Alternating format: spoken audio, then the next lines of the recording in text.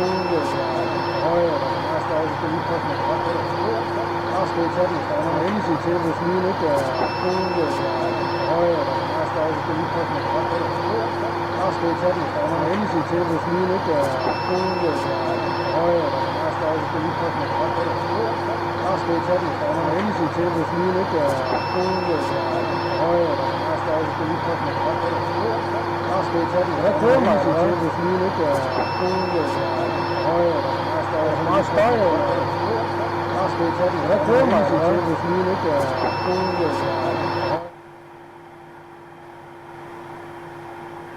Kan I høre mig?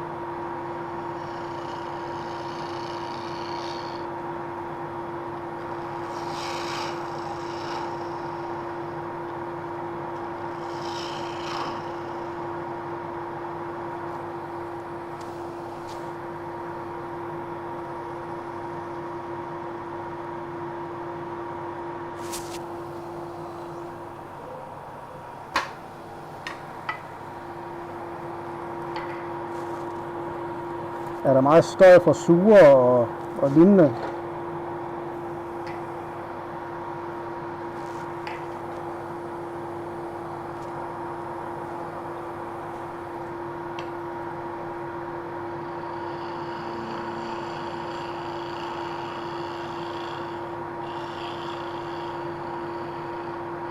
Super. Det hele der kører nemlig, så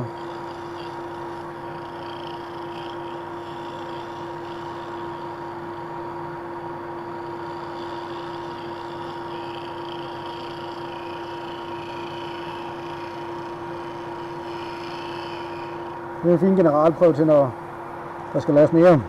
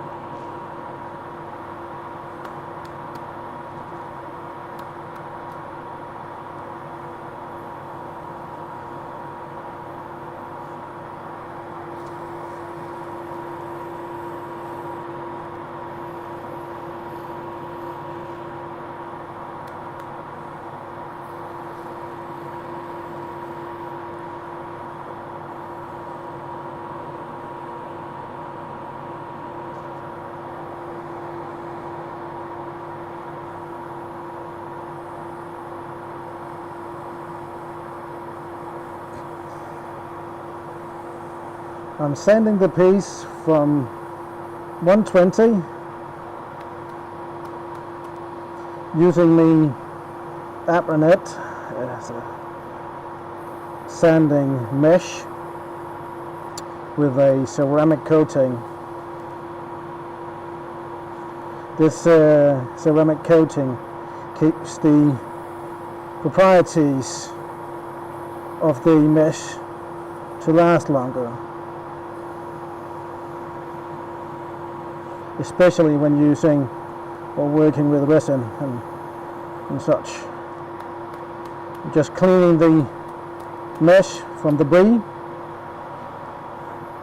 because the resin has a tendency to fill it up. If I were using a normal one, sanding paper, it wouldn't last a fraction of the time.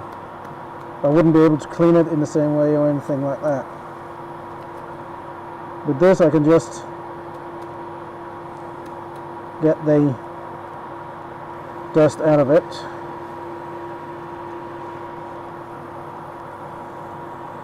Most important thing when sanding is motions. Keep moving the sanding abrasive continuously. If you don't move it, you scratch.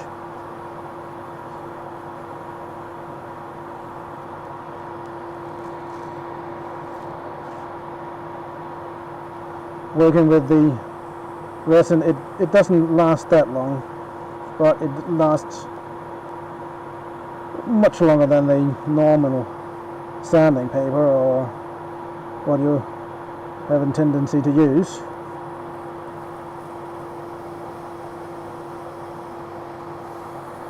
Oh, hi Michael, where are you from?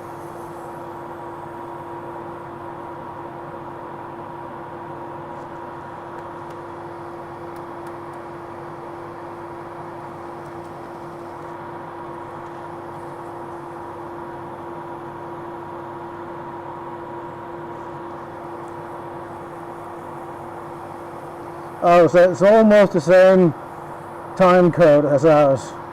You're just a bit behind.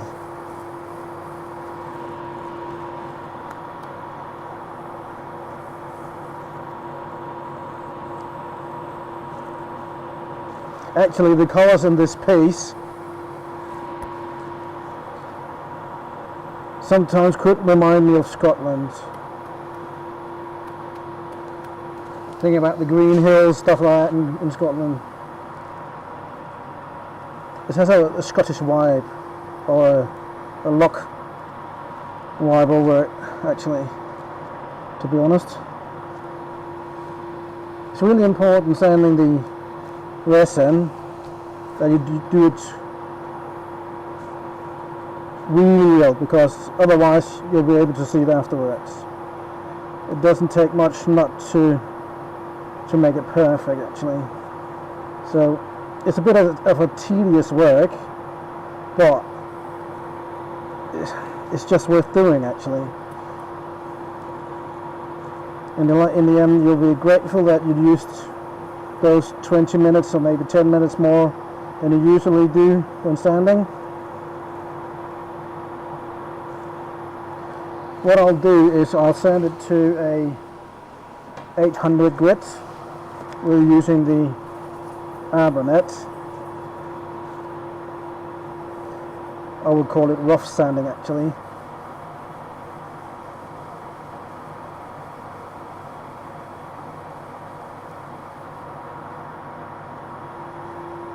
And afterwards I'll be wet sanding it, where I go from 800 to a 2000. What was that? Yeah. And as a sanding paper, actually, or wet sanding paper. After that I'll be using some polishing sanding pads, where I'll sand it to a 12,000 grit.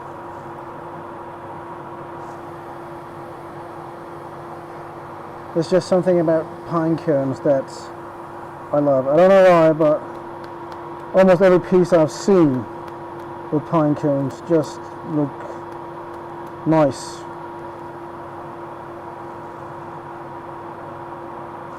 This one I've cast some lights into in the middle, so it can turn off and turn on in the night if you want to, just with a battery, so it's nothing fancy or anything like that.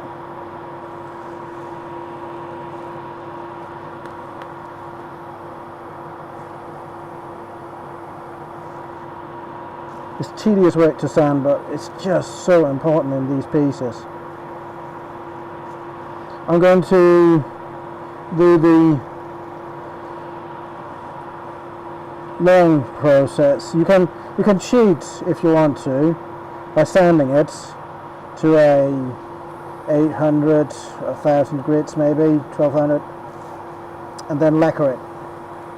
But you'll be able to see the difference in the lacquer, or if you polished it to a shine.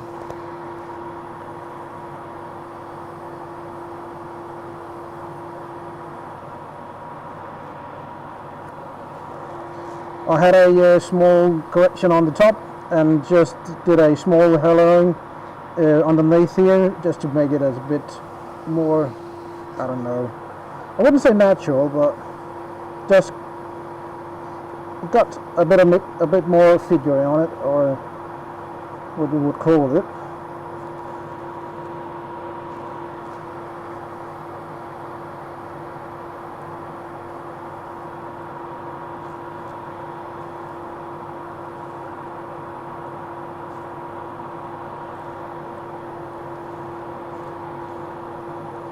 Once I've sanded it to a 12,000, I finished the 12,000 off with a polishing paste together with along with the 12,000 grits pad, and depending on the outcome, I will be polishing it on the buffing wheel.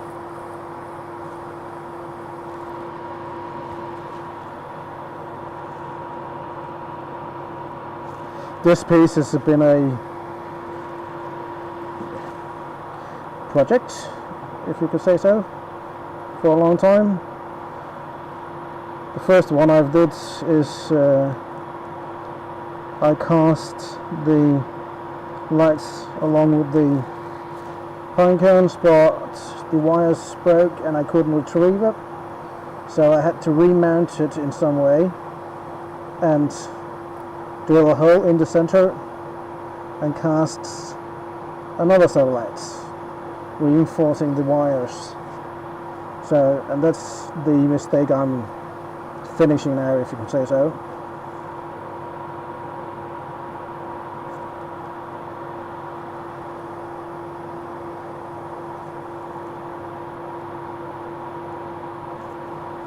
Center is really difficult to get really great because of the less lack of motion actually, or speed in the center.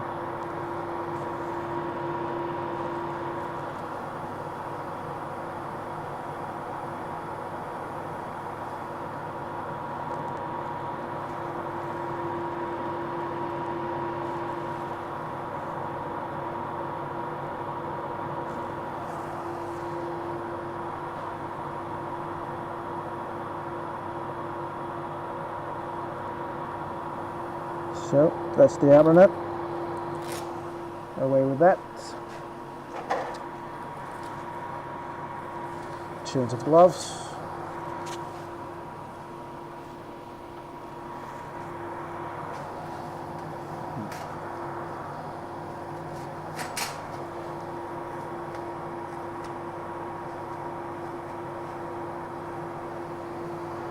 I've got a one-way 24-36.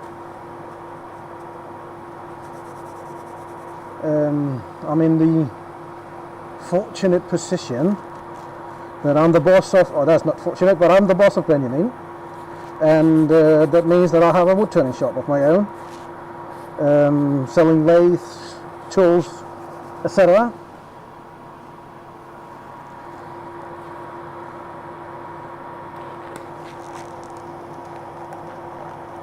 You can get big lathes. You don't have to use a one way to get a big lathe. I would be able to send you one, yeah, it wouldn't be a problem, but it's going to be extremely expensive.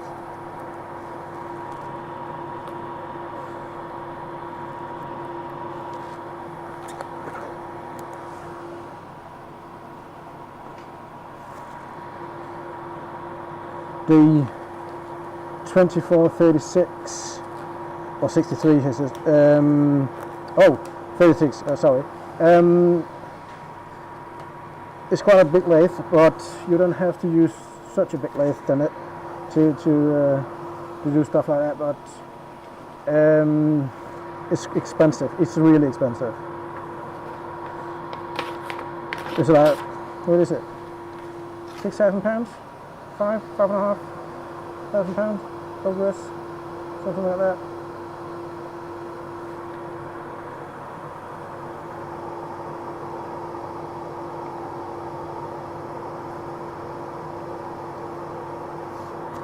Hello, Big Mix, and welcome. Right now I'm wet sanding. There's a wax paper with a wet sanding material on it. It's aluminium oxide sanding paper, but on a wax paper, so it's used for wet sanding.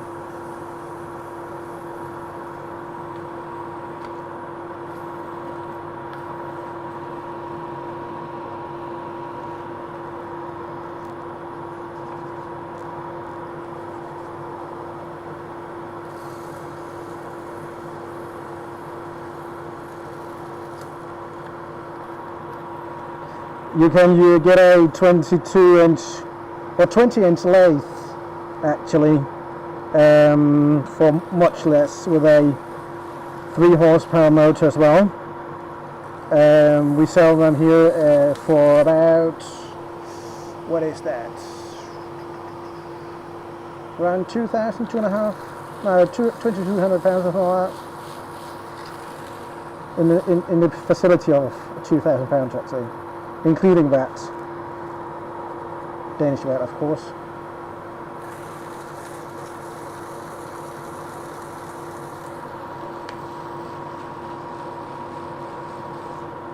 The shipping cost will be a bit more than usual, of course.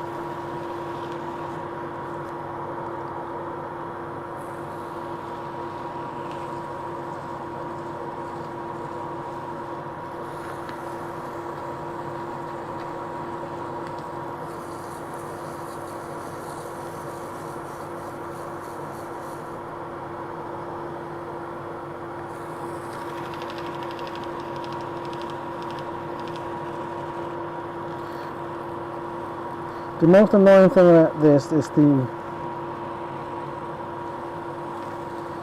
water spraying all over everything. It's a bit of a cleanup afterwards, mostly myself. But when doing the long road to success, it's just the best finish, I think, by doing this. So that's the 600.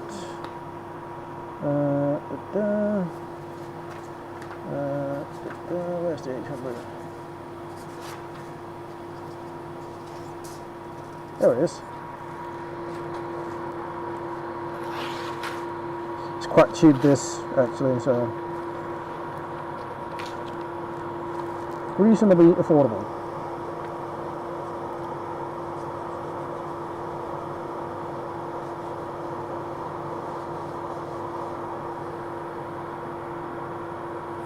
What's the model number of that lathe you've got, Michael? Doesn't sound bad. It's a smaller lathe, of course, but it's not terribly worse.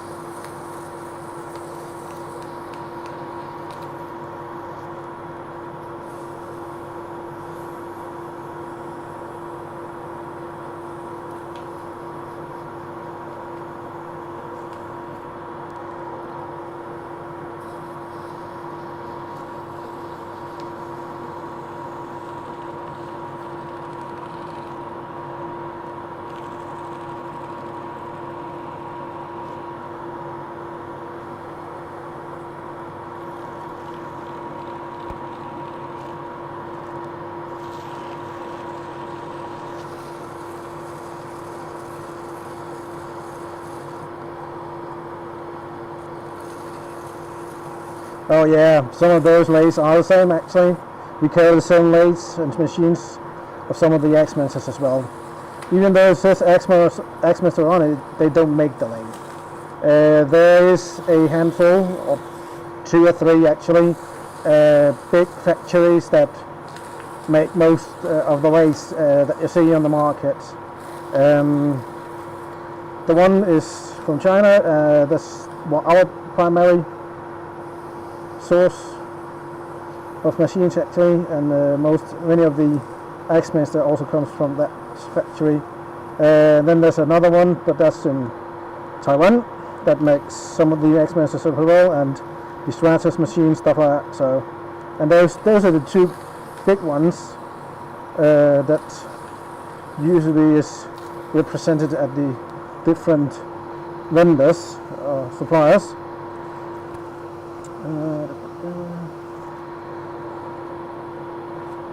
That's it. But even though they're from China and etc., they're not bad. We've been dealing with our machines for, well, next year is actually 25 years ago that my father sold the first machines, the first machine. So we've been dealing with these machines for 25 years, and they're quite good, and they just keep getting better and better. Even though I have the one way, I wouldn't mind using one of the others. I do actually do sometimes. I have a teaching room with mostly our Chinese machines, and they just keep working and working and working. They're quite good actually.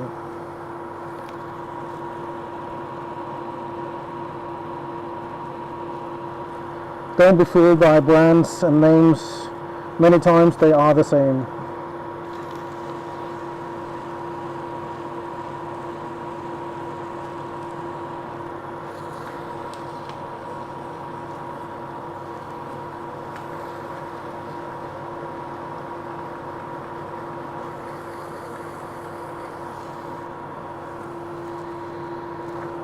That was 1,000.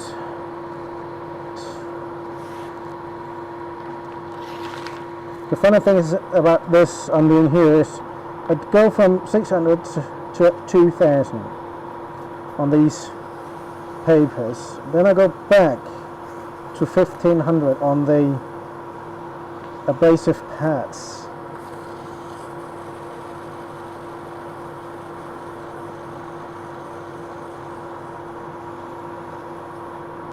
You can always demand more from the smaller machines, but some of them are small and made for smaller items, not bowls and stuff like that. You can usually make smaller bowls on most machines, but it's funnier to do it on, or more amusing to do it on the bigger machines, of course.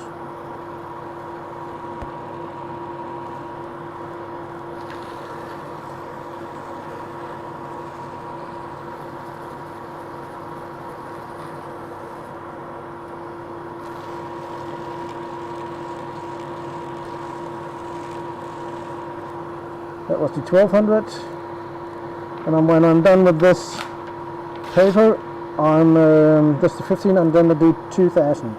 And when I've done with the 2,000, I just do a cleanup to remove some of the, it's not dust, but debris from sanding it. I can also check to see if there's any flaws, any faults, any things I would like to mend.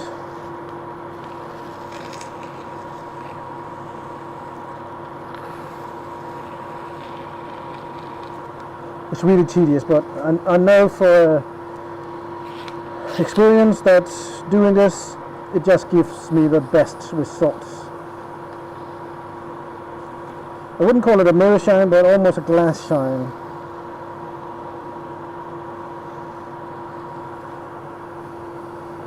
And working with the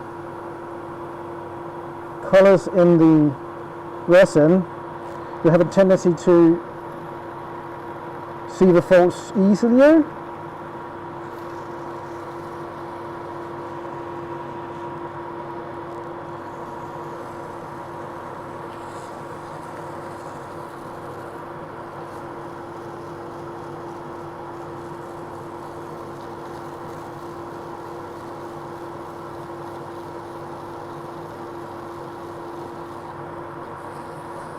There is some of the pen kits that you can buy that's not from China, but it's made in China, but are specifically for a supplier. It's quite expensive to get those, but it's mostly the Americans that have those pen kits and stuff like that. But the pen kits is also in good quality mostly. I haven't, in the amount that we sell, it's rarely that we have faults in it. So the percentage wise, faults is really, really low. So that's quite nice. I'm quite pleased with that, actually. So the reason that it's dim, or what do you call it, is because of the sanding, of course. And now we have to polish all those small scratches off, because actually it is scratches that makes it dim. So what I'll do now is remove those papers here, and then I have these sanding pads. These ones are actually a few years old now, so they last really good. Also wet sanding.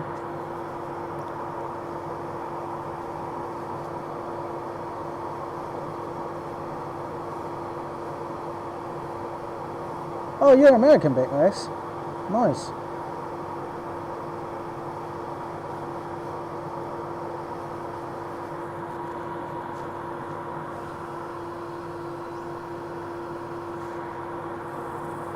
The most important thing when wet sanding, especially with these pads, don't let them run dry.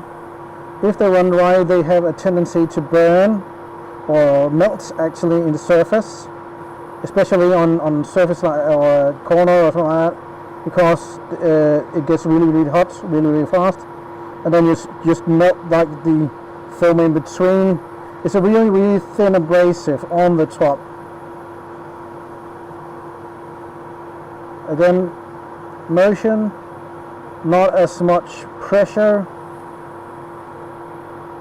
It's the tedious work, but again, makes the best results.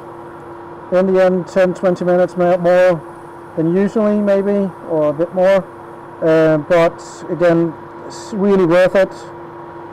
When you're working with the resins, it just gives you a cleaner result.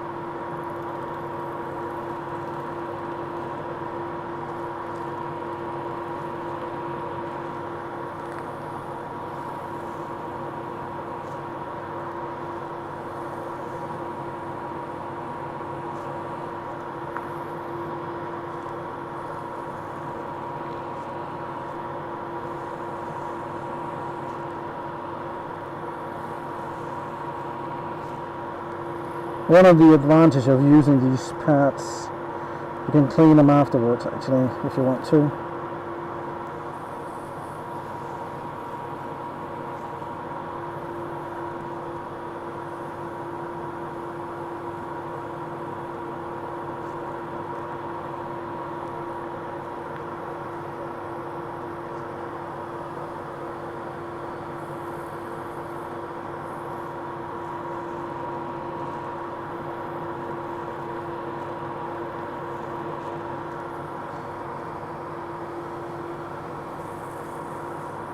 For those who doesn't know who Benjamin is and who I am, we know each other in the way that I employ him actually in my woodturning shop.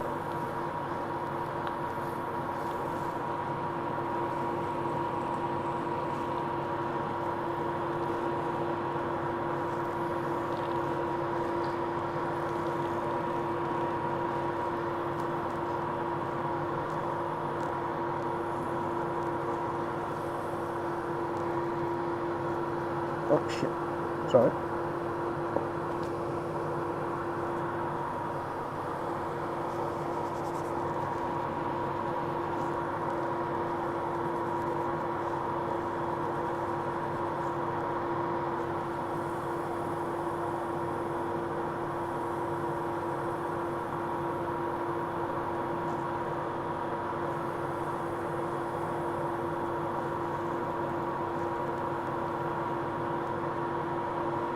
This is the tedious one, I must say.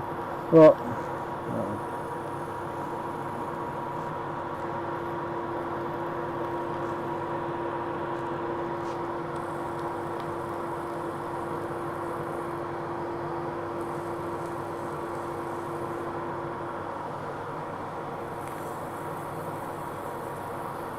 my thoughts on sponsorships.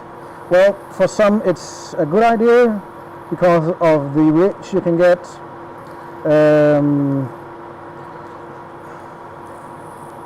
In my case, as a wood turning shop in Denmark, it's really difficult because it's a small country. For first of all, 99%, perhaps 98% of our customers are Danish. We don't have a lot of foreign customers. We do have some, but it's not a lot. Those we do have abroad is Sweden, Norway, Færdig Islands, Greenland, so affiliated in some way, you can say, with Denmark. An issue we've got is that shipping from Denmark is vastly expensive, unfortunately. It is an issue. And with Brexit and customs and all that, yeah, it's really difficult. Unfortunate for many turners around in Europe, England, stuff like that. Also Americans actually, because we carry a quite large, what do you call it, selection. Many special items that many don't carry. I don't know why, but yeah, we don't see them really in many other shops around actually. But we are 100% specialized in wood turning, not a working shop or a tool store or something like that. Like you maybe seen somewhere around, like Axmans, that they've got many other things than wood turning, but we're specialized in wood turning. But of course we do have some machines and stuff like that for other things than wood turning, but that's not our primary.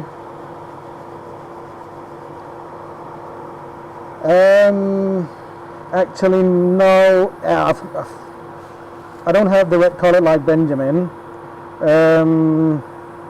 I mostly have wooden handles. I like the wooden handles. I don't do commercial work like Benjamin, so he changes chisels quite often when working commercially.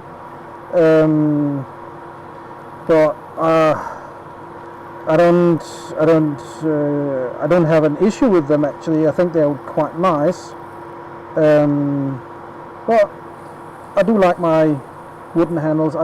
Most of them have a blackwood handle, which is really nice. It's got a bit of a weight to it, and some kind of warmth to the wood as well.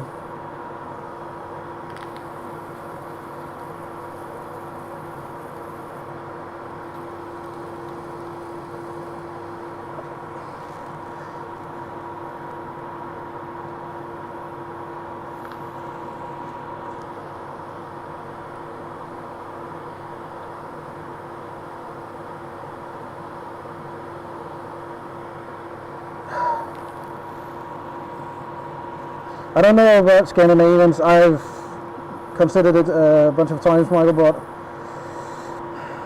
I don't know. I've tried it with one again, but many of our customers are elderly people, actually, unfortunately. Yeah. No, I didn't teach Benjamin. That's one on his own. All those bad habits he's got when he's turning. That's on his own actually.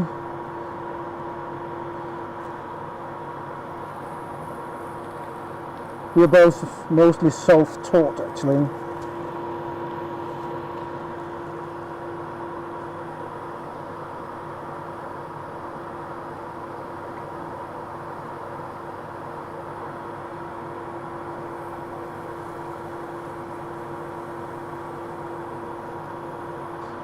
Another thing about lathes mostly, and that's because my father used to help the shop, so when I was a mechanic I repaired the lathe if there were any problems, stuff like that, so mechanically I know the lathe inside and out.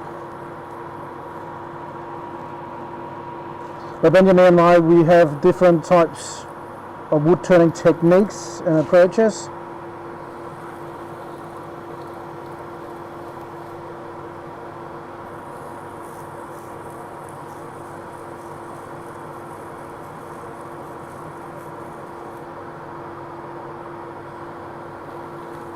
Yeah, I know, Michael, but the issue is that if they are from outside of Denmark, the chance that they'll buy from me is not that big because of the shipping costs.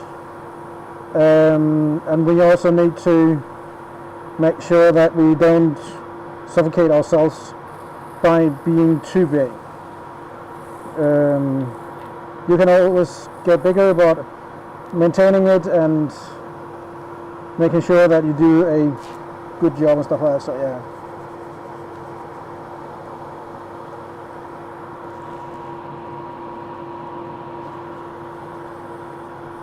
Benjamin is what you would call a hothead on the lathes.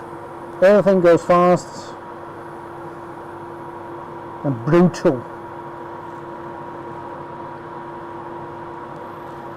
He has got to be done before he starts actually.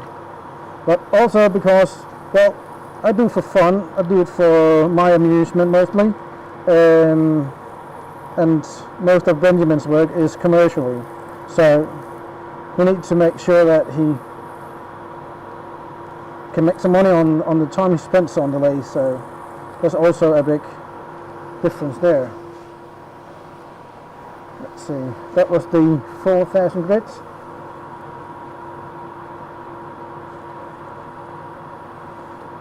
Remove some of the residue from sanding it.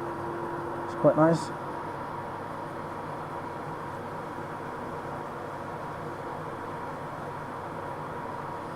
Yeah, speed helps in the right way, but sometimes things just takes time. Like this, you can't rush this, otherwise you'll be able to see it afterwards. But it's also good to have a different technique than the other ones, because wood turning is versatile, so just because one thinks the one way is right doesn't make it right for another.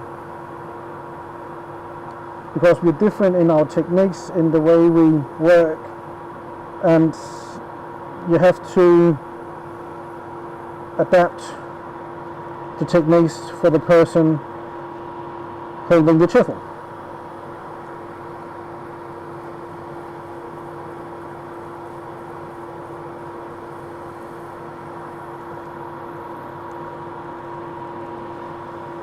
It is quite nice, but it has to shine completely, so that's why we are doing this. It's tedious work. As I said earlier, maybe some didn't heard that, but you could cheat by sanding it for 800 grit or something like that, doing a really nice surface and then lacquer it. But you will be able to see a uneven surface actually. Lacquer it's not easy to make a smooth without sanding it and polishing it and stuff like that. So doing this, you get the surface that is completely polished from scratch. That makes it, in my opinion, best. The surface is clean, it's it's no faults in it, no cellulitis.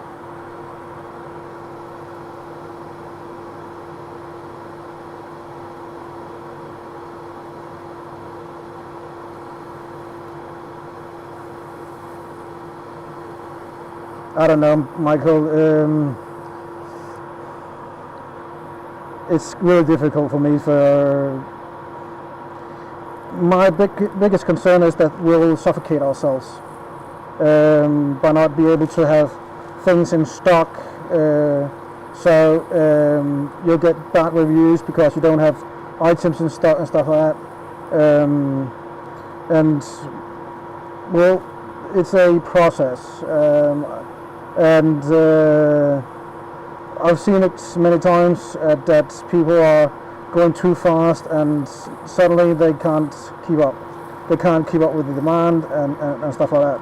So in my opinion, I need to do it in an orderly manner, so to say. There are decent mini wood lathes depending on what you want to do actually. What's the purpose of the turning? Is it small chess pieces, figurines, stuff like that, no bowls? Then you can get many types of mini wood lathes that can do a lot of things. If you want a lathe that would be able to do bowls as well, then you have to look at something that's just a slightly bigger, but then you will be looking at a 14-inch lathe perhaps. Most of them are quite nice and sturdy and powerful, depending on where in the world you are, because it's also about the vendors, the suppliers, what they take in from the factories, what they've got.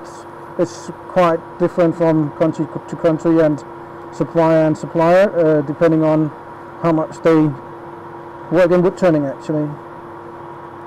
There are some like us that is 100% specialized in wood turning, but there are also many that have it as a small selection in the shop. So complete beginner, it's a tricky question, Sammy, because it depends on what you want to do actually. The most important thing is to figure out, do you want to make bowls and how big the bowl wants to be, and how much do you want to be able to evolve in wood turning and stuff like that, because bowl making is the most is the one thing that pressures the most on the lathe. It has to be a motor and control unit that is able to work with the type.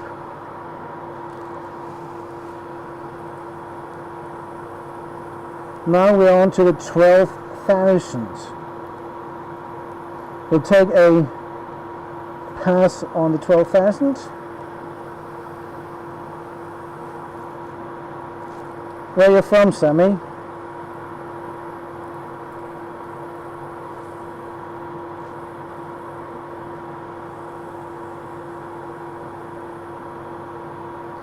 If there's any Danish people on the...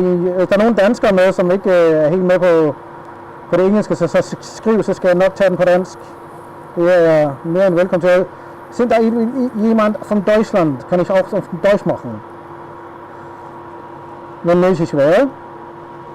Also meinen Holzstrichler Bekanntschaft ist okay, aber die Namen und so am Deutsch ist nicht die beste. Aber ich werde mal das Beste versuchen.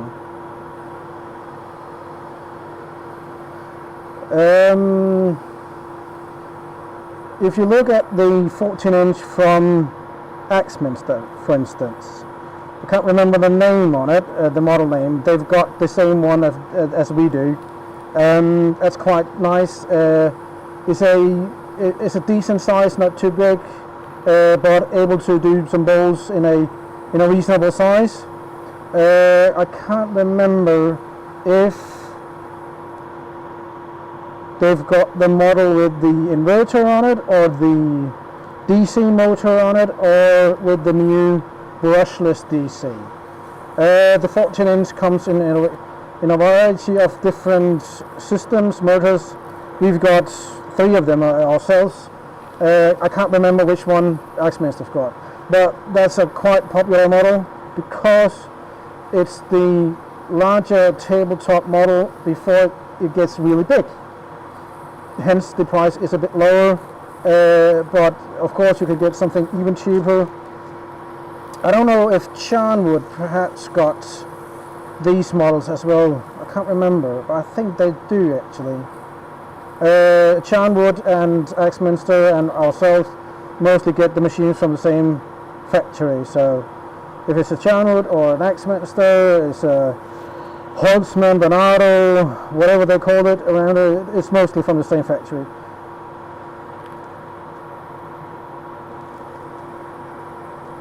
They do brushless ones. We've got a 14-inch brushless with a 1400 watt motor on it. It's powerful, really powerful. We got it last year as one of the first ones in Europe, and well, I did an 18-inch piece on the outside, and at 170 RPM it was just churning the wood slowly.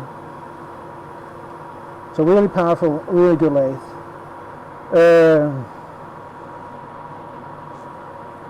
Nice. Now you can see there is a small amount of, I would call it frosting on the surface. It's just a bit frosted on the surface now, and we'll need to do something about that. Remove all of this, abrasives, and the water. Don't need that one. I will keep my very technical cardboard on it. Highly specialized cardboard protection. I don't know lumberjack. Is that in the UK as well?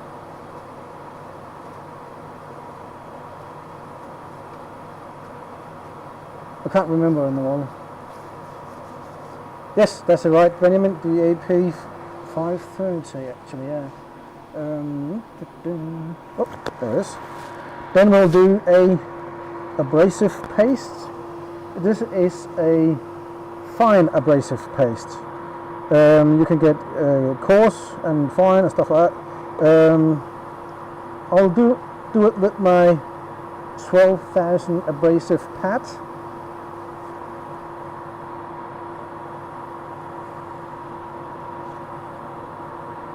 So it doesn't dry out as fast if I was to do it with paper, because my abrasive pad is still moist when I'm sanding it. Do need a bit extra. I don't want to use too small an amount here, because otherwise it would be probably burn the surface of my abrasive. So I need to start at a lower RPM and just work it in.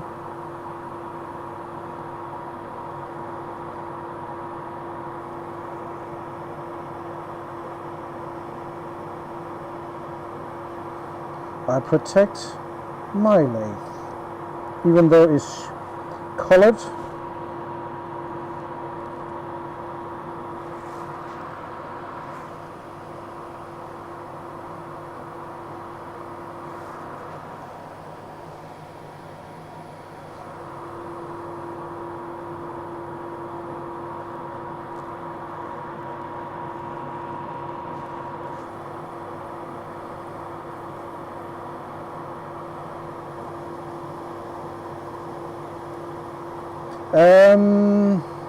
That's what we're hearing as well, Michael. I think that in perspective of their success previously, they've opened a lot of stores. We're only making a big bet, to say it one way, and I don't think that they are able to bake that bread, so to say.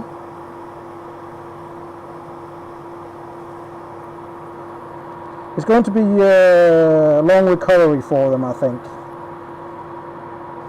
But I think many of the bigger companies try to do a lot of investments after COVID. We also saw a lot of more sales, higher revenue, stuff like that, more so, because people couldn't go on holiday to spend money and stuff like that, so they had to find something else to do, and yeah, wood turning was one of them.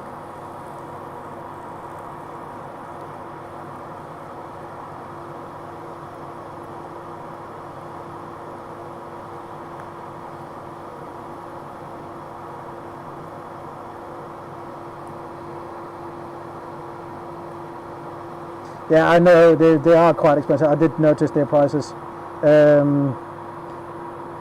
We've seen some of the, what do you call it, similar shops here in Denmark that looks like Axminster doing the same thing that the Axminster did, and they are also struggling.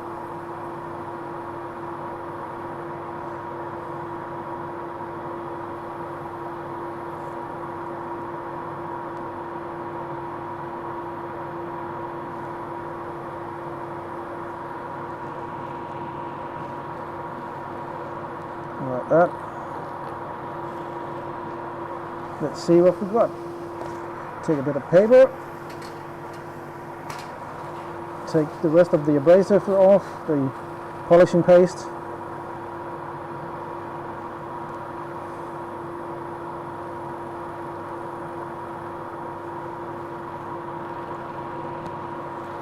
So I'm not expecting it to be completely finished, because we do have a last step in the process here, and actually I can't say it's the most important step, because all of them are equally important. If you skip one of the steps, you will be able to see it in the result afterwards. So let's see that. Get me there. Yes, quite nice. Looks to be pretty good, actually.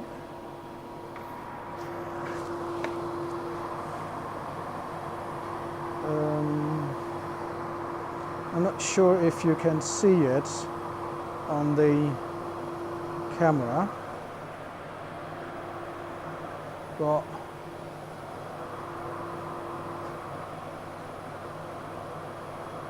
you can almost see in the lights reflection that it's not completely clear. You can also see it here. It's like just a bit foggy, and that's the last step in the way to a, I hate to say perfect result, but it's really, really nice compared to a lot of other things.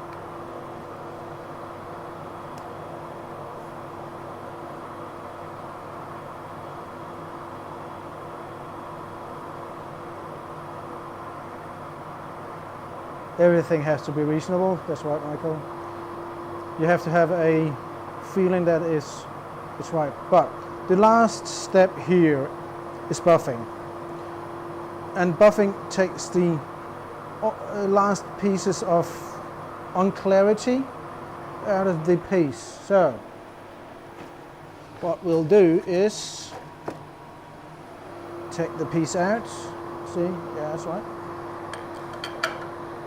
I've got a one-way stronghold chuck here with the number 4 jaws to grab the piece.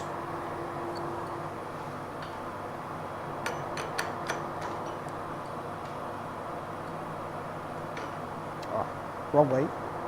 Shit. That's about it. And what we'll do is flip the camera, and I have a buffing wheel. Need another large center. So this buffing wheel is a 3-step buffing wheel. You can see them many places, and the idea of a 3-step buffing is that the first step we use is a triply compound, and the triply compound makes the small scratches go away. It's an abrasive wax, actually. The second step is a white diamond polishing compound, and the white diamond polishing compound has two things that it needs to do. There's one thing is to remove the essence of the triply compound and polish the piece. The third wheel is for a finishing wax. Usually it's a canuba wax or canuba, but I won't be using a canuba on this piece because it's a hard surface, so it doesn't need a finish like a wood would. A wood would be able to have or would have. So the first wheel, triply compound, white diamond, and then the piece should be done. Actually, move this all the way, and this like that. And the most important thing here actually is to hold a good firm grip onto the piece, and that's from experience. I used dropped pieces before, unfortunately.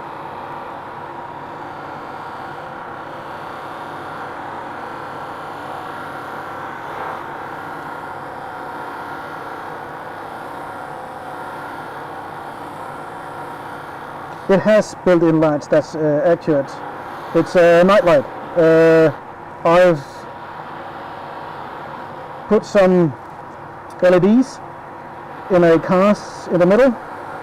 Actually, this is the second time I've done the lights in this piece, because the first ones it's actually embedded in between the pine cones, but when I did the piece, the wire broke in the surface from going at the resin, and I couldn't get it to work. So what I did is I did a remount, so I could put a chuck on the top of it, drill the hole into the bottom, put some lights in it, and reinforce the wires and stuff like that, and slide it one more time.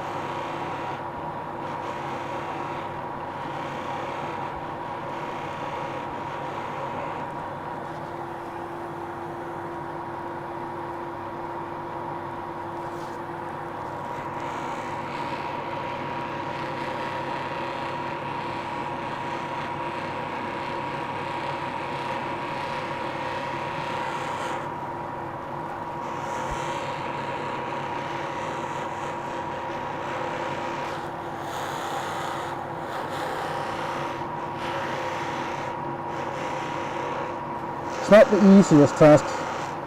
Well, it depends on the piece, of course, but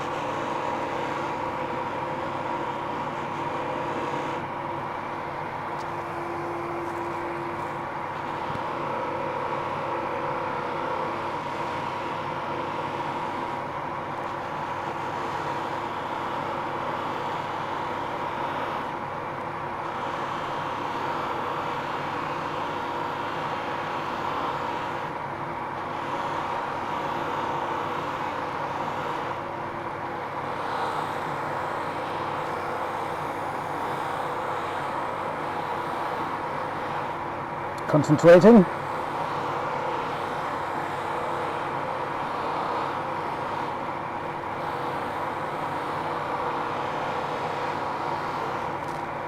It's getting there.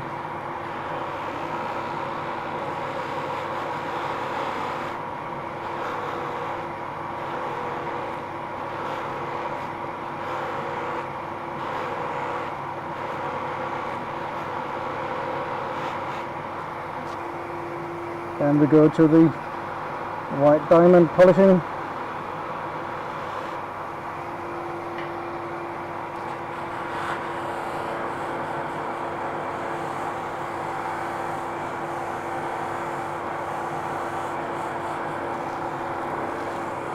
I believe that this is a crucial step in polishing the epoxy resin, because it just gives the last shine surface to the piece.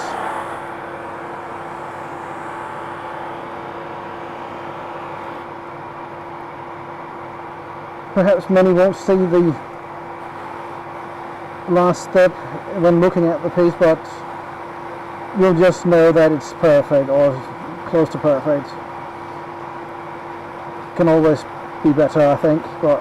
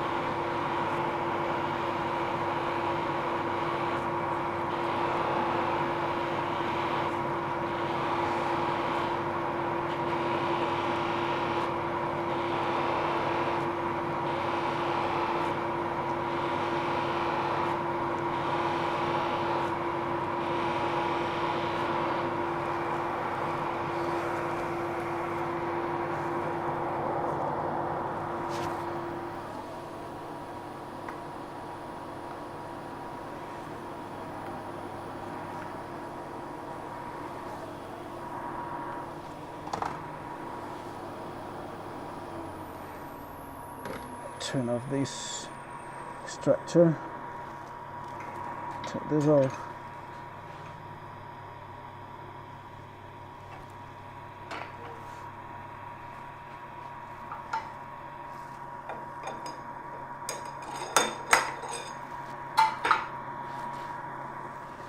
That aside, let's see how you're looking. Well, all this white stuff is actually from the buffing wheel, of course, so no worries there.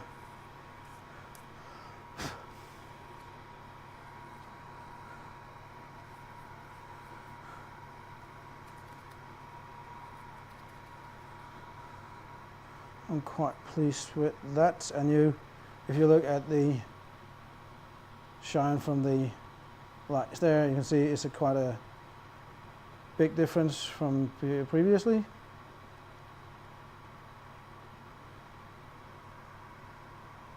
It's more clear now, the lights are more clearer in the reflection than before.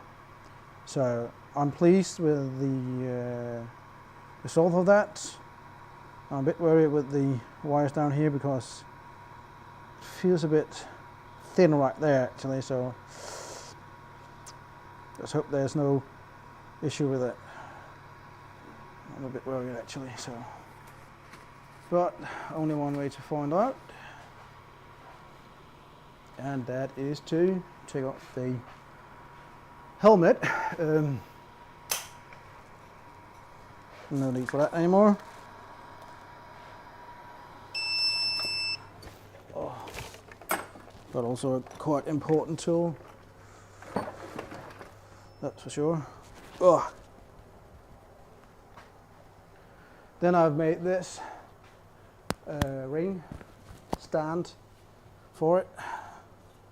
It's made out of stabilized bark oak.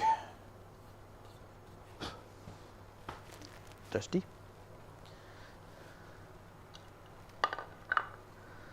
But oh, I'm a bit worried with those wires actually, so fingers crossed.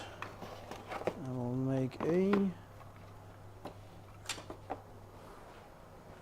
try here to see if we got any lights on it. Don't comment on the wire setup, it's going to be different of course. It's just a test.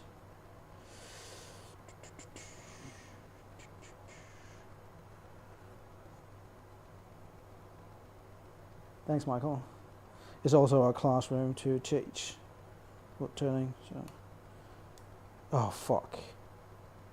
Doesn't work. Shit.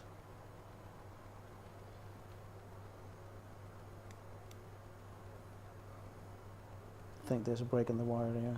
Shit.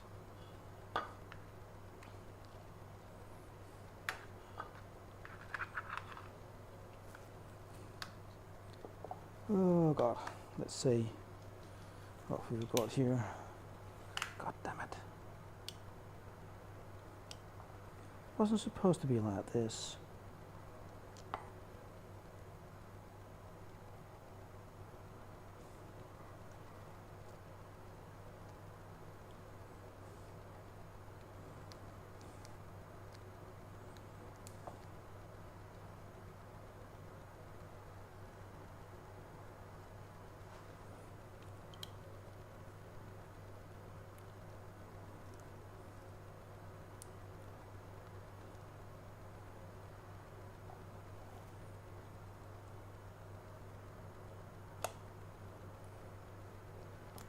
Ah, it did break in the wires. Shit.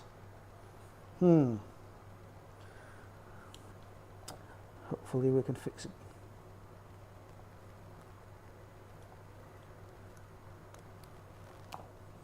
Let's see what we've got down here. There's some wires poking out here.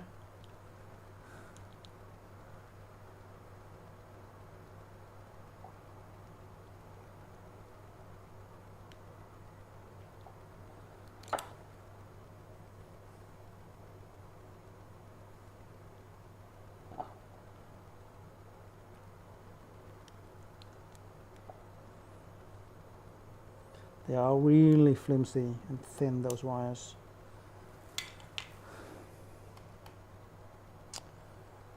Shit. Crap. Sorry. Foul language. I will be soldering it, but hopefully, otherwise I'll need to remove a bit of resin here on the top. And hopefully that should be enough to repair it. But right now I just want to try to see if it actually works. This part here.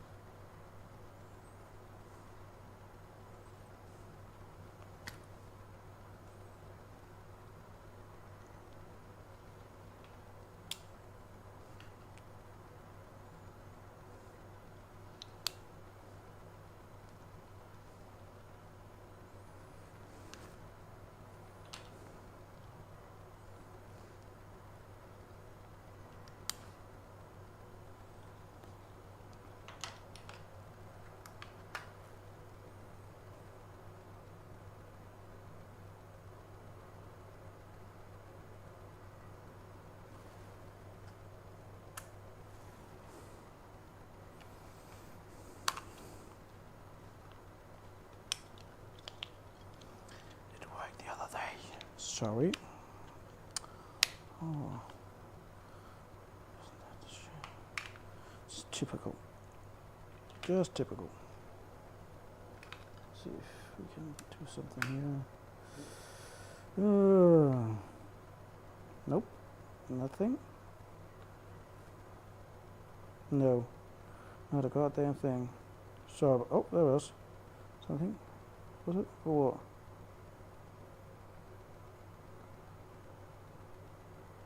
No. Yeah, there's just a flicker of light there or something. Some way.